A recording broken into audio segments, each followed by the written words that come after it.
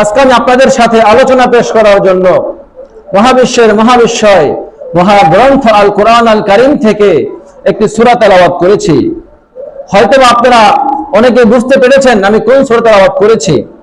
সম্মানিত হাজরিন, আমরা ধারাবাহিকভাবে আলোচনা করছি। আমরা কিছুদিন আগে সূরাতুল ফাতিহা নিয়ে আলোচনা করেছিলাম। কোন সূরা নিয়ে? সূরাতুল ফাতিহা নিয়ে। সূরাতুল ফাতিহার মধ্যে আল্লাহ পাক রব্বুল আলামিন কি বিষয়ে আমাদেরকে ইঙ্গিত করেছেন, কোন কোন বিষয়ে আল্লাহ পাক রব্বুল আলামিন আমাদেরকে তাকিদ দিয়েছেন সে বিষয়ে আলোচনা করেছিলাম। তারপরে সপ্তাহের মধ্যে আমরা সূরাতুল ফিল নিয়ে আলোচনা করেছি, অর্থাৎ আসহাবে ফিলের ঘটনা নিয়ে আমরা আলোচনা করেছিলাম। অর্থাৎ আল্লাহ পাক রব্বুল আলামিনের ঘর কাবা ঘরকে আল্লাহ পাক রব্বুল আলামিন আল্লাহর বাহিরে কিভাবে রক্ষা করেছেন সে বিষয়ে আলোচনা হয়েছে। তারপরে সপ্তাহে আমরা আলোচনা করেছিলাম সূরাতুল কুরাইশ নিয়ে। কোন সূরা নিয়ে? কুরাইশ বংশের কিছু অভ্যাস সেই সূরার মধ্যে আলোচনা করেছে। তারপরে সূরা হলো সূরাতুল মাউন। কোন সূরা? সূরাতুল মাউন। আল্লাহ পাক রব্বুল আলামিন এই সূরার মধ্যে আমাদের কিছু দোষ ত্রুটি, আমাদের কিছু অভ্যাস, আমাদের কিছু গুণ আল্লাহ পাক রব্বুল আলামিন, আমাদের কিছু দোষ কিছু গুণ আল্লাহ পাক রব্বুল আলামিন এই সূরার মধ্যে আলোচনা করবেন।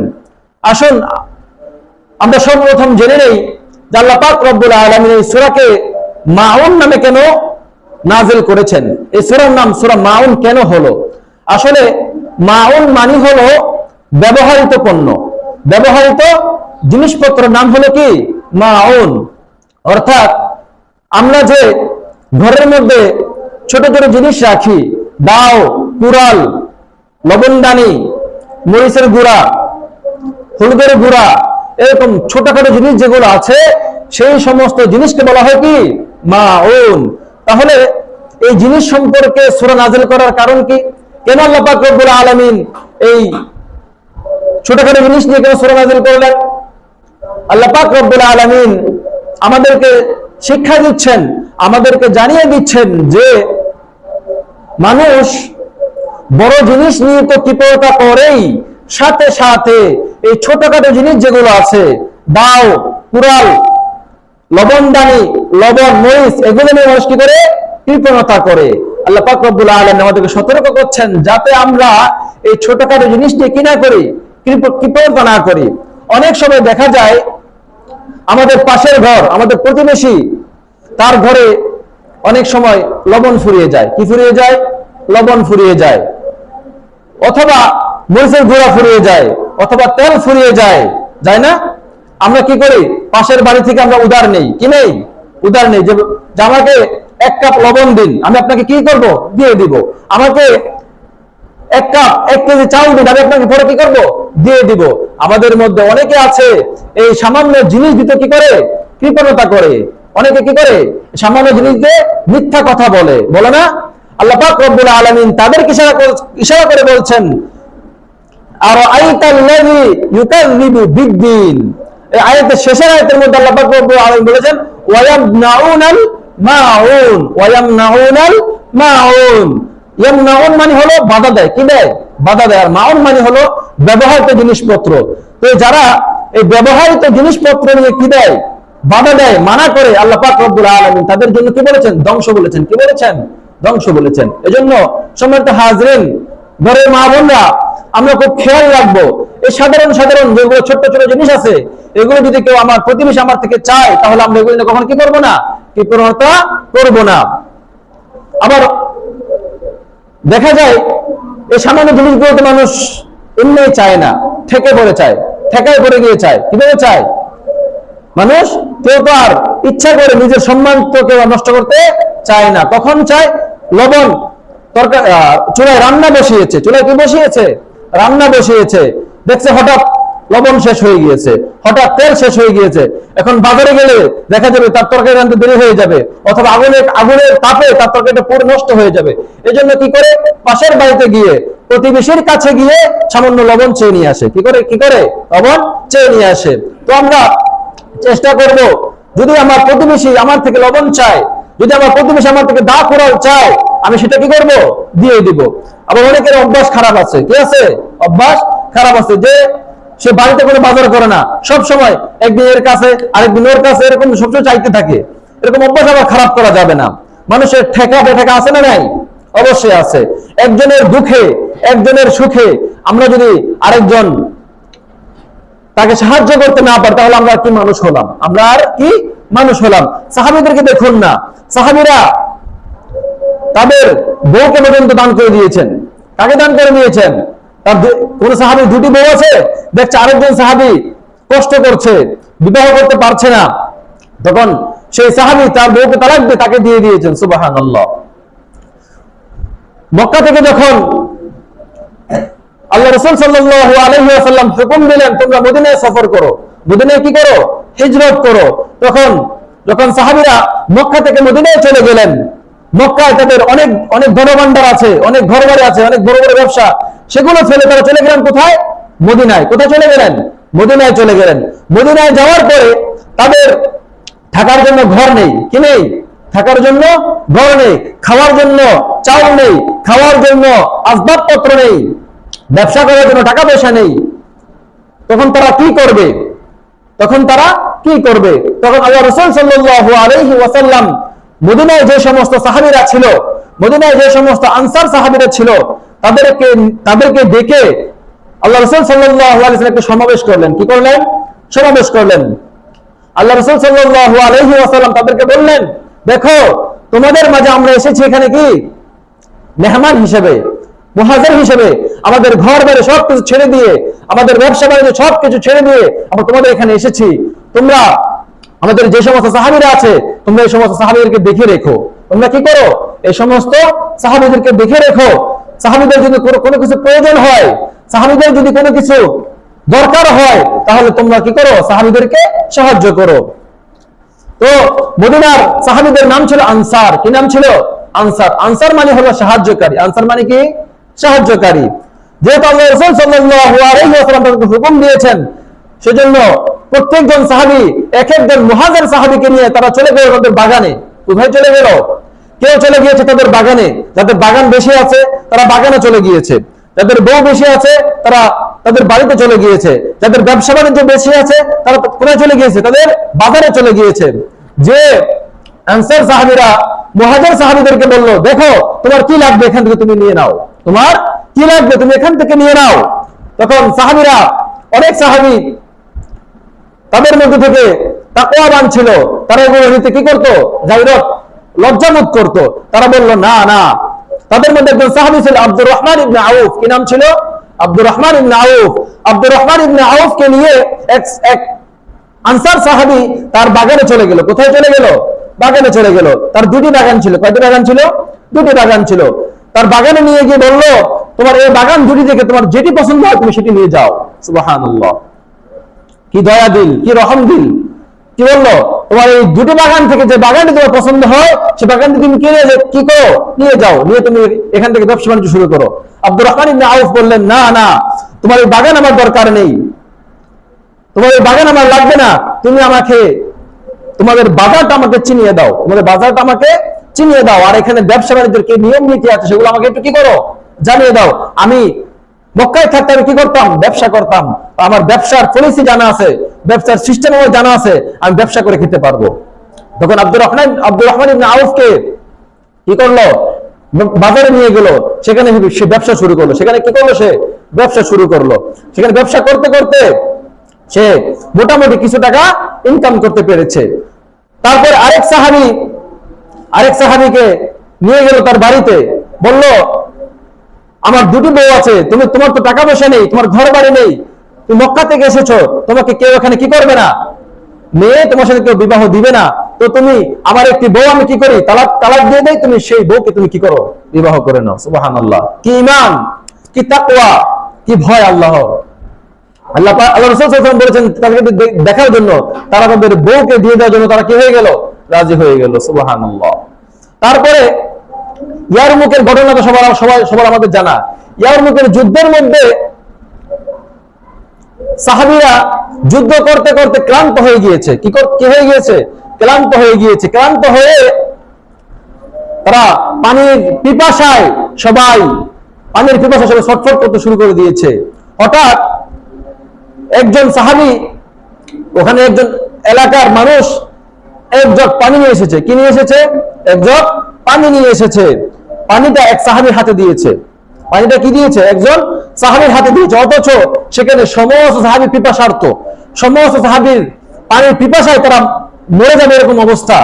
যখন একজন সাহাবীকে দিল, সে চিন্তা করলো আমি তো অনেকটা সুস্থ আছি, আমার পাশের লোক হয়তো কি নাই, তার বেশি পিপাসা লেগেছে, তাকে দিয়ে দিয়েছে। যখন সেই পাশের লোককে সে পানি দিয়ে দিল, সেই পাশের লোক চিন্তা করলো আমি তো অনেকটা সুস্থ আছি, আমার পাশের লোক মনে হয় আরো বেশি পিপাসার্ত। পাশের লোক চিন্তা করলো আমি তো অনেক সুস্থ আছি, আমার পাশের লোক হয়তো আরো পিপাসার্ত। এরকম করতে করতে সবার কাছে রাউন্ড দিয়ে আবার যে প্রথম মানুষের যার কাছে প্রথম এসেছিল তার কাছে আবার আসলো, এসে দেখে সেই মানুষটি ডেড, সেই মানুষটি মৃত্যুবরণ করেছে, সেই মানুষটি শাহাদাত বরণ করেছে। সুবহানাল্লাহ। তারপরে জনের কাছে এরকম করতে করতে সবাই শাহাদাত বরণ করেছে, সবাই মৃত্যুবরণ করেছে। সুবহানাল্লাহ। চিন্তা করে দেখুন সাহাবীদের কত মায়া, কত মহাব্বত। তাদের জান ত্যাগ করে দিয়েছে, তাদের বিবি ত্যাগ করে দিয়েছে, তাদের ধন সম্পদ সবকিছু ত্যাগ করে দিয়েছে। কার জন্য? একমাত্র আল্লাহর জন্য। সম্মানিত হাজিরিন, এই সূরার মধ্যে আল্লাহ পাক রব্বুল আলামিন এই কথাটা শিক্ষা দিচ্ছেন যে তোমরা সামান্য সামান্য ছোট ছোট জিনিস নিয়ে তোমরা কি করো না, কার্পণ্যতা করো না। তোমার কাছে কেউ একটি দাও চেয়েছে, হয়তোবা তার দাও ছিল, দাওটা সে খুঁজে পাচ্ছে না, দরকার হয়েছে, সে দাওটা এখন লাগবে, কোন একটা কিছু কাটবে, তুমি তাকে দাওটা দিয়ে দাও। তোমার কাছে লবণ চেয়েছে, হয়তো সে চুলায় রান্না বসিয়েছে, তোমার কাছে সে একটু লবণ চাচ্ছে, তুমি তাকে কৃপণতা করো না, তুমি তাকে কি করো, তোমার লবণটি তুমি হালকা করে দিয়ে দাও। এরকম যারা এরকম যদি প্রতিবেশীকে আমরা কি করবো, সবসময় হেল্প করার চেষ্টা করব। প্রতিবেশীর ঘরে আমরা প্রতিবেশীর খোঁজ খবর নিব, প্রতিবেশী কি করব, খোঁজ খবর নিব। প্রতিবেশীর ঘরে রান্না হচ্ছে কি হচ্ছে না, সে কি ঠিক মতো খেতে পারছে কি পারছে না, আমরা সেগুলো কি করব, খোঁজ খবর নিব। এগুলো আল্লাহ রাসূলের শিক্ষা। এগুলো কার শিক্ষা? আল্লাহ রাসূলের শিক্ষা। আল্লাহ রাসূল সাল্লাল্লাহু আলাইহি তোমাদেরকে শিক্ষা দিয়েছেন যে তোমরা তোমাদের প্রতিবেশীর খোঁজ খবর নাও। কি নাও? প্রতিবেশীর খোঁজ খবর নাও। আল্লাহ পাক রব্বুল আলামিন এই সূরার মধ্যে কথাই আমাদেরকে শিক্ষা দিচ্ছেন। আসুন আমরা প্রথমে এই সূরার অর্থটা আমরা বুঝে নেই। এই সূরার অর্থটা আমরা বুঝে নেই, যেহেতু আমরা এই সূরাগুলো নামাজের মধ্যে বেশি পাঠ করি। কি করি? এই সূরাগুলো আমরা নামাজের মধ্যে কি করি, বেশি পাঠ করি। সূরা ফাতিহার পরে সূরা ফিল আমরা পড়ি না? 10 সূরা আমাদের বেশি কি হয়, বেশি কি হয়, পাঠ হয়। আমাদের মধ্যে অনেকে আছে, যদি বলি তুমি সূরা মাউন চিনো কিনা, অনেকে আমরা কি করি না, সূরা মাউন চিনি না। আমরা কি চিনি? আর আয়াতুল্লাহি চিনি। আমরা কি চিনি? আর আয়াতুল্লাহি সূরা চিনি। সূরা ফিল চিনি না। আমরা কি চিনি? আলাম তারা সূরা চিনি না? এরকম না? আমরা সূরা কুরাইশ চিনি না, আমরা সূরা লিলাফ চিনি। কারণ কি? আমরা ওই লিলাফ পড়তে পড়তে আমরা মনে করি ওই লিলাফে কি সূরার নাম, আসলে ওই সূরার নাম কি? সূরা কুরাইশ। আসুন প্রথম আয়াতের মধ্যে আল্লাহ পাক রব্বুল আলামিন কি বলেছেন? প্রথম আয়াতের মধ্যে আল্লাহ পাক রব্বুল আলামিন বলেছেন আরাআইতাল্লাযী ইউকাযযিবু বিদ্দীন। আরাআইতাল্লাযী ইউকাযযিবু বিদ্দীন। আল্লাহ পাক রব্বুল আলামিন আল্লাহ রাসূলকে বললেন, হে নবী, আরাআইতা মানে হলো চিনা, আরাআইতা শব্দিক মানে হলো দেখা। এখানে দেখা উদ্দেশ্য না, এখানে হলো অনুভব করা উদ্দেশ্য। এখানে কি উদ্দেশ্য? অনুভব করা উদ্দেশ্য, চিন্তা করা উদ্দেশ্য। হে নবী, আপনি কি চিন্তা করেননি, আপনি কি অনুভব করেননি? ইউকাযযিবু বিদ্দীন, যারা দিন সম্পর্কে, যারা দিনকে, যারা ইসলামকে মিথ্যা প্রতিপন্ন করছে। এখানে দিন থেকে উদ্দেশ্য কি? ইসলাম। এখানে দিন থেকে উদ্দেশ্য দুটি হতে পারে, একটি হলো ইসলাম, আর একটি হলো কি? হাসরের দিন, কিয়ামতের দিন। অর্থাৎ আল্লাহ রাসূল সাল্লাল্লাহু আলাইহি ওয়াসাল্লামকে বলছেন, হে নবী, আপনি কি দেখেননি, আপনি কি চিন্তা করেননি, আপনি কি অনুভব করেননি, যারা দিন সম্পর্কে, যারা দিনকে অস্বীকার করছে, যারা ইসলামকে অস্বীকার করছে, যারা কিয়ামত দিবসকে অস্বীকার করছে। তারপরে আয়াতের মধ্যে আল্লাহ পাক রব্বুল আলামিন বলেন, ফাযালিকাল্লাযী ইয়াদউল ইয়াতীম। ইসলামকে কারা অস্বীকার করে, দিনকে কারা অস্বীকার করে, কিয়ামতকে কারা অস্বীকার করে? কিয়ামতকে তারা অস্বীকার করে যারা এতিমকে ধাক্কা দিয়ে ঘর থেকে বের করে দেয়। কি করে? তারা এতিমকে ধাক্কা দিয়ে ঘর থেকে বের করে দেয়। আল্লাহ রাসূলের সাহাবী আবু সুফিয়ান ইসলাম ধর্ম গ্রহণ করার পূর্বে প্রতি বছর মানুষের মাঝে উট জবাই করে মানুষের মাঝে কি করতেন? খানা বিলি করতেন। খানা কি করতেন? বিলি করতেন। যখন তাদের মাঝে, যখন আরবের লোকদের মাঝে যখন খানা বিলি করতেন, কখনো কখনো এতিম লোকটা চলে আসতো, এতিম শিশুরা চলে আসতো। আবু সুফিয়ান কি করতো? ওই এতিমদেরকে ধাক্কা দিয়ে ঘর থেকে বের করে দিত। কি করতো? এতিমদেরকে ধাক্কা দিয়ে ঘর থেকে বের করে দিত। এজন্য আল্লাহ পাক রব্বুল আলামিন বলেছেন, ফাযালিকাল্লাযী ইয়াদউল ইয়াতীম, দিনকে অস্বীকার করে ওই ব্যক্তি, কিয়ামতকে অস্বীকার করে ওই ব্যক্তি যারা এতিমকে ধাক্কা দিয়ে বের করে দেয়। যারা কি করে? এতিমকে ধাক্কা দিয়ে বের করে দেয়। অর্থাৎ তারা কিয়ামতকে বিশ্বাস করে না, তারা আল্লাহকে বিশ্বাস করতে চায় না, তারা আল্লাহ রাসূলকে বিশ্বাস করতে চায় না। এজন্য তাদের মনের ভিতরে আল্লাহর ভয় নেই। যেহেতু তাদের ভিতরে আল্লাহর ভয় নেই, তো তারা এতিমকে ধাক্কা দিতেও কি করে না? ভয় করে না। সম্মানিত হাজিরিন, ফাযালিকাল্লাযী ইয়াদউল ইয়াতীম, তারপরে আয়াতের মধ্যে বলেন, আরাআইতাল্লাযী ইউকাযযিবু বিদ্দীন ফাযালিকাল্লাযী ইয়াদউল ইয়াতীম ওয়া লা ইয়াহুদ্দু আলা তাআমিল মিসকিন ওয়া লা ইয়াহুদ্দু আলা তাআমিল মিসকিন, এবং তারা মিসকিনদেরকে খানা খাওয়ায় না। কি করে না? খানা খাওয়ায় না। খানা তো খাওয়ায় না, আবার কি করে না? তাদেরকে অন্য মানুষ যে তাদেরকে খানা খাওয়াবে সেই বিষয়ে তারা কি করে না? উদ্বুদ্ধ করে না। অর্থাৎ তারা মিসকিনদেরকে, এতিমদেরকে গলা ধাক্কা দিয়ে ঘর থেকে বের করে দেয়। সম্মানিত হাজিরিন, আল্লাহ রাসূল সাল্লাল্লাহু আলাইহি ওয়াসাল্লাম এতিমদেরকে খুব ভালোবাসতেন। কি করতেন? এতিমদেরকে খুব ভালোবাসতেন, এতিমদেরকে রক্ষণাবেক্ষণ করতেন। আল্লাহ রাসূল সাল্লাল্লাহু আলাইহি ওয়াসাল্লাম যখন মদিনায় গেলেন, মদিনায় যাওয়ার পরে আল্লাহ রাসূল সাল্লাল্লাহু আলাইহি ওয়াসাল্লাম মদিনার মানুষের কাছে এলান করে দিলেন, ঘোষণা করে দিলেন যে আজ থেকে, যখন রাসূল সাল্লাল্লাহু আলাইহি ওয়াসাল্লাম মদিনায় প্রেসিডেন্ট নিযুক্ত হলেন, তখন তিনি মানুষের মাঝে এলান করে দিলেন, আজ থেকে যেই মানুষটি, যেই শিশুটি এতিম হয়ে যাবে, যে শিশুটি কি হয়ে যাবে?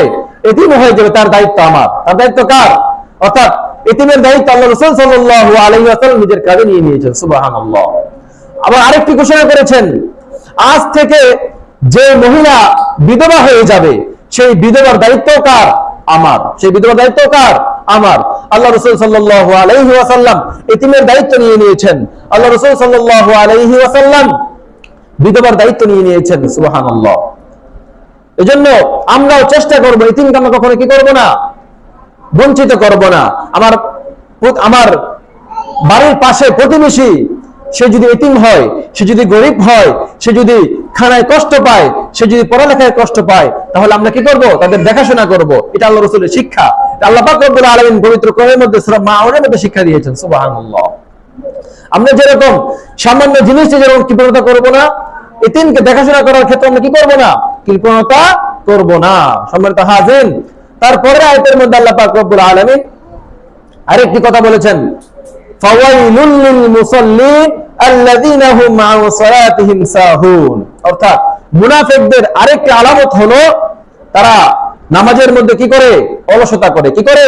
নামাজের মধ্যে অলসতা করে। কিরকম? ফাওয়াইলুল লিল মুসাল্লিন। আল্লাহ পাক রব্বুল আলামিন বলেন, ওয়াইল মানে হলো ধ্বংস। ওয়াইল মানে কি? ধ্বংস। ওয়াইলের আরেক অর্থ হলো দুজখ। ওয়াইলের আরেক অর্থ কি? দুজখ, অর্থাৎ জাহান্নাম। একটা অর্থ হলো কি? ধ্বংস, আরেকটা অর্থ কি?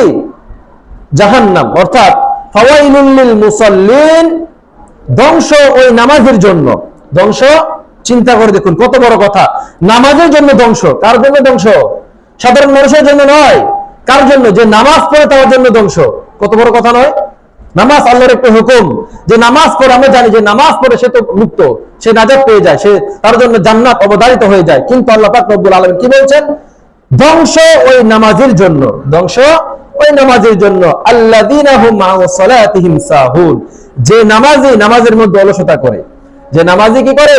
নামাজের মধ্যে অলসতা করে। অর্থাৎ নামাজের মধ্যে দাঁড়ালে তার, সে দুনো পাও সোজা করে দাঁড়াতে পারে না, সে এক পাওয়ার উপর ভর দিয়ে দাঁড়িয়ে থাকে, আলসামি করে। কি করে? নামাজের মধ্যে আলসামি করে, নামাজের মধ্যে ঝরে, নামাজের মধ্যে এদিক সেদিক তাকায়, নামাজের মধ্যে কি করে? এদিক সেদিক তাকায়। সেই নামাজের জন্য ধ্বংস, যে নামাজের মধ্যে কি করে? অলসতা করে। এজন্য সম্মানিত হাজিরিন, নামাজের মধ্যে অলসতা করা যাবে না। নামাজের মধ্যে অলসতা করা যাবে না। যে ব্যক্তি নামাজের মধ্যে অলসতা করবে তার জন্য ওয়াইল দোজক। কোন দোজক? ওয়াইল দোজক। ওয়াইল দোজক হলো অন্যান্য যে সমস্ত দোজক, যে সমস্ত জাহান্নাম আছে, সেই সমস্ত জাহান্নাম গুলো ওয়াইল দোজক থেকে কি চায়? পানা চায়। এত কঠিন দোজক, এত মারাত্মক দোজক, এত মারাত্মক জাহান্নাম। এই জন্য আমরা নামাজের মধ্যে কি করবো না? কখনো অলসতা করবো না। নামাজকে আমরা খুশু হুজুর সহিত, নামাজকে আমরা খুব সুন্দরভাবে পড়ার চেষ্টা করব। এখন অনেকে বলবে নামাজ পড়লে যেহেতু আমাদের জন্য দোজখ হয়ে যায়, তাহলে আমরা নামাজই পড়বো না। আমরা কি পড়বো না? নামাজই পড়বো না। এই জন্য তো দেখা যায় মসজিদের মধ্যে মুসল্লি পাওয়া যায় না। এজন্য কি মসজিদের মধ্যে মুসল্লি পাওয়া যায় না। চিন্তা করে দেখুন, নামাজের জন্য যদি এত কঠিন শাস্তি হয় যে নামাজ পড়বে না, তার জন্য কত বড় শাস্তি একটু চিন্তা করে দেখুন না। নামাজ যে পড়ে তার জন্য যদি এত বড় শাস্তি হয়, আর যে নামাজ পড়বে না, যে নামাজ একদম ছেড়ে দিবে, তার জন্য কত বড় শাস্তি। নাউযুবিল্লাহ। এজন্য নামাজকে কখনো অস্বীকার করা যাবে না। নামাজকে কখনো, নামাজের মধ্যে কখনো অলসতা করা যাবে না। আজান হয়েছে, আমার কানে আজান এসেছে, আমরা নামাজের জন্য রেডি হয়ে যাব। নামাজের জন্য কি হয়ে যাব? রেডি হয়ে যাব। তারপরে ফাওয়াইলুল লিল মুসাল্লিন আল্লাযীনা হুম আন সালাতিহিম সাহুন আল্লাযীনা হুম ইউরাউন, আল্লাযীনা হুম ইউরাউন। তারপরে বলছেন ওই নামাজের জন্য ওয়াইল, ওই নামাজের জন্য ধ্বংস যে লোক দেখানো নামাজ পড়ে। যে কি করে? লোক দেখানো নামাজ পড়ে। নামাজ পড়বো ঠিক আছে, আমাদের অন্তরটা থাকতে হবে ক্লিয়ার, অন্তরটা থাকতে হবে ফ্রেশ। নামাজের মধ্যে কখন আমরা এই চিন্তা করবো না যে আমি নামাজ পড়তেছি, মানুষ আমাকে দেখে আমাকে নামাজি বলবে। আমাকে কি বলবে? নামাজি বলবে। আল্লাহ রাসূল সাল্লাল্লাহু আলাইহি ওয়াসাল্লাম একটা হাদিসের মধ্যে বলেন, মান সাল্লা ইউরাই ফাকাদ আশরাকা। যে ব্যক্তি মানুষের জন্য, মানুষকে দেখানোর জন্য নামাজ পড়বে, সে শিরিক করলো। সে কি করলো? শিরিক করলো। শিরিকের কত ভয়াবহতা সেটা আগে বলেছিলাম। আবার বলেছেন মান সাল্লা ইউরাই ফাকাদ আশরাকা, মান সামা ইউরাই ফাকাদ আশরাকা। যে ব্যক্তি রোজা রাখবে মানুষকে দেখানোর জন্য, সে কি করলো? শিরিক করলো। এরকম আল্লাহ পাক রব্বুল আলামিনের প্রত্যেকটি ইবাদত, আল্লাহ পাক রব্বুল আলামিনের প্রত্যেকটি হুকুম আহকাম যে ব্যক্তি মানুষকে দেখানোর জন্য করবে, সে কি করবে? শিরিক করবে। এজন্য আমাদেরকে নামাজ পড়ার জন্য রাজি করতে হবে একজনকে। তিনি কে? আল্লাহ। আমাদের অন্তরে থাকবে একজন, তিনি কে? আল্লাহ। আমরা নামাজ পড়বো কার জন্য? আল্লাহর জন্য। আমরা রোজা রাখবো কার জন্য? আল্লাহর জন্য। আমরা দান সৎকার করবো কার জন্য? আল্লাহর জন্য। এজন্য খুব সতর্ক থাকতে হবে, খুব হুঁশিয়ার থাকতে হবে, ঈমানকে মজবুত করে ফেলতে হবে। তারপরে আল্লাহ পাক রব্বুল আলামিন শেষের আয়াতের মধ্যে বলেন ওয়ায়ামনাউনাল মাউন, ওয়ায়ামনাউনাল মাউন। এই সূরার আলোচ্য বিষয়, অর্থাৎ সামান ইয়ামনাউন মানে হলো বাধা দেওয়া, ইয়ামনাউন মানে হলো না করে দেওয়া। কি করে দেওয়া? না করে দেওয়া, মিথ্যা বলা। কি করা? মিথ্যা বলা। মক্কার কাফের মুশরিকদের, মুনাফিকদের একটি অভ্যাস ছিল। কি ছিল? একটি অভ্যাস ছিল যে তারা ছোট ছোট বিষয়ে তারা মিথ্যা কথা বলতো। তারা কি বলতো? ছোট ছোট বিষয়ে মিথ্যা কথা বলতো। যদি তাদের কাছ থেকে কেউ কোনো কিছু চাইতো, দাও চাইতো, কুরাও চাইতো, তখন তারা কি বলতো? নাই বলে দিত। সোজা কি বলে দিত? নাই বলে দিত, মিথ্যা কথা বলে দিত। এজন্য আল্লাহ পাক রব্বুল আলামিন বলছেন ওয়ায়ামনাউনাল মাউন, যারা ছোট ছোট এই জিনিস নিয়ে মিথ্যা কথা বলে, যারা এই সামান্য সামান্য জিনিস নিয়ে মিথ্যা কথা বলে, তাদের জন্য ওয়াইল দুজক। কি দুজক? তাদের জন্য ধ্বংস অবধারিত। তাদের জন্য কি অবধারিত? ধ্বংস অবধারিত। সম্মানিত হাজিরিন, চিন্তা করে দেখুন আল্লাহ পাক রব্বুল আলামিন এই সূরার মাধ্যমে আমাদেরকে কি শিক্ষা দিয়েছেন। আমাদের প্রতিবেশীর কি নিতে হবে?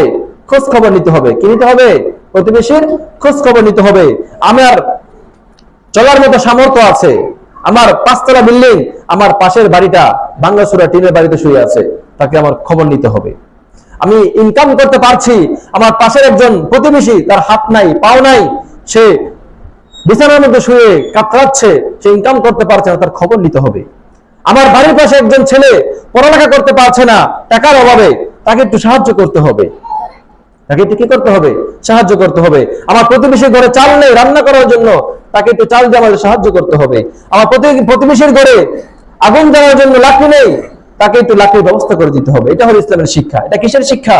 ইসলামের শিক্ষা। আল্লাহ পাক রব্বুল আলামিন আমাদের সকলকে এই সূরার উপর আমল করার তৌফিক দান করুক। সম্মানিত হাজিরিন, আজকে আমরা এই সূরার মধ্যে 6টি বিষয় শিক্ষা পেলাম। কয়টি বিষয়? 6টি বিষয়। কয়টি বিষয়? 6টি বিষয়। 1 নম্বর বিষয় হলো যাদের অন্তরের মধ্যে শিরিক, নেফাক, যাদের অন্তরের মধ্যে কি আছে? শিরিক, নেফাক আছে, তারা কি করতে পারে? আখিরাতকে অস্বীকার করতে পারে। যারা কি করতে পারে? আখিরাতকে অস্বীকার করতে পারে। এজন্য আমরা আমাদের অন্তরের মধ্যে যাতে কখনো শিরিক প্রবেশ না করে, আমাদের অন্তরের মধ্যে যাতে কখনো নেফাক প্রবেশ না করে, সেজন্য খুব সতর্ক থাকতে হবে। কি থাকতে হবে? সতর্ক থাকতে হবে। এটা হলো এই সূরার 1 নম্বর শিক্ষা। 2 নম্বর শিক্ষা হলো এতিমের সেবা করতে হবে, মিসকিনের সেবা করতে হবে। কি করতে হবে? এতিমের দেখভাল করতে হবে, এতিমের দেখাশোনা করতে হবে। প্রতিবেশীর কি করতে হবে? দেখাশোনা করতে হবে। এটা হলো 2 নম্বর শিক্ষা। 3 নম্বর শিক্ষা হলো অসহায়কে সামর্থ্য অনুযায়ী কি করতে হবে? সাহায্য করতে হবে, তাদেরকে খানা দিতে হবে। কি করতে হবে? খানা দিতে হবে। 4 নম্বর শিক্ষা হলো নামাজে অমনোযোগী হওয়া যাবে না। নামাজে কি হওয়া যাবে না? নামাজে অমনোযোগী হওয়া যাবে না। নামাজ তো ছাড়া যাবেই না, সাথে সাথে নামাজের মধ্যে এসে অমনোযোগী হওয়া যাবে না। খুব ইতমিনানের সাথে আমাদের কি করতে হবে? নামাজ পড়তে হবে। 5 নম্বর শিক্ষা হলো মুনাফিকি করা যাবে না। কি করা যাবে না? মুনাফিকি করা যাবে না। সাধারণ জিনিসপত্র নিয়ে মিথ্যা কথা বলা যাবে না। কি বলা যাবে না? 6 নম্বর শিক্ষা হলো সামান্য জিনিস নিয়ে কি বলা যাবে না? মিথ্যা কথা বলা যাবে না। আল্লাহ পাক রব্বুল আলামিন আমাদেরকে এই সূরার উপর আমল করে আমাদের ঈমানটাকে মজবুত করার তৌফিক দান করুক। ওয়া আখিরু দাওয়ানা আলহামদুলিল্লাহি রাব্বিল আলামিন। আমরা যারা সুন্নাত পড়ে নাই, আমরা সুন্নাত পড়ে নেই।